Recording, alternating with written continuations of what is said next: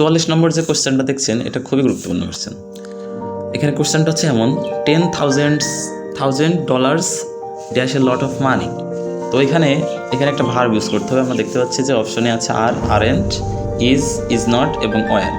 তো এখান থেকে কোন ভার্বটা ইউজ করবো আপনাদেরকে মনে রাখতে হবে, যখন কোনো পরিমাপ, ওজন এবং মাত্রা বোঝায় সেক্ষেত্রে ভার্বটা প্লুরাল হলেও সেটা একটা সিঙ্গুলার ফর্ম ভার্ব ইউজ করে। তো এখানে আমাদের আর, আরেন্ট এগুলো সব plural, were plural, then it's এবং ইজ, এখানে এই দুইটার মধ্যে একটা নিতে হবে। তো আমরা বুঝতে পারছি এখানে অ্যান্সারটা হবে হচ্ছে ইজ।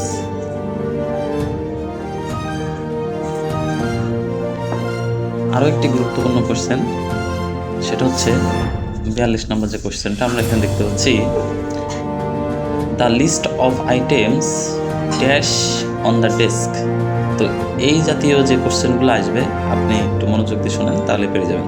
সেটা হচ্ছে দ্য ডট ডট অফ, অর্থাৎ দ্য প্লাস অফের মাঝখানে যখন কোনো ওয়ার্ড থাকে সেটাকে এখানে মূলত সাবজেক্ট ধরতে হয়। তাহলে এখানে দেখে মনে হবে দ্য লিস্ট অফ আইটেমস, এই আইটেমসকে মূলত মনে হবে যে এটা হলো সাবজেক্ট, বাট না, এখানে সাবজেক্টটা হবে হচ্ছে লিস্ট। তো সেই অনুযায়ী যদি আমরা এখানে ভার্বটা ইউজ করি তাহলে এখানে অ্যান্সারটা রাইট হয়ে যাবে। তো এখানে অ্যান্সারটা হবে হচ্ছে ইজ। আচ্ছা, তো পরবর্তী যে ওয়ার্ডটা আছে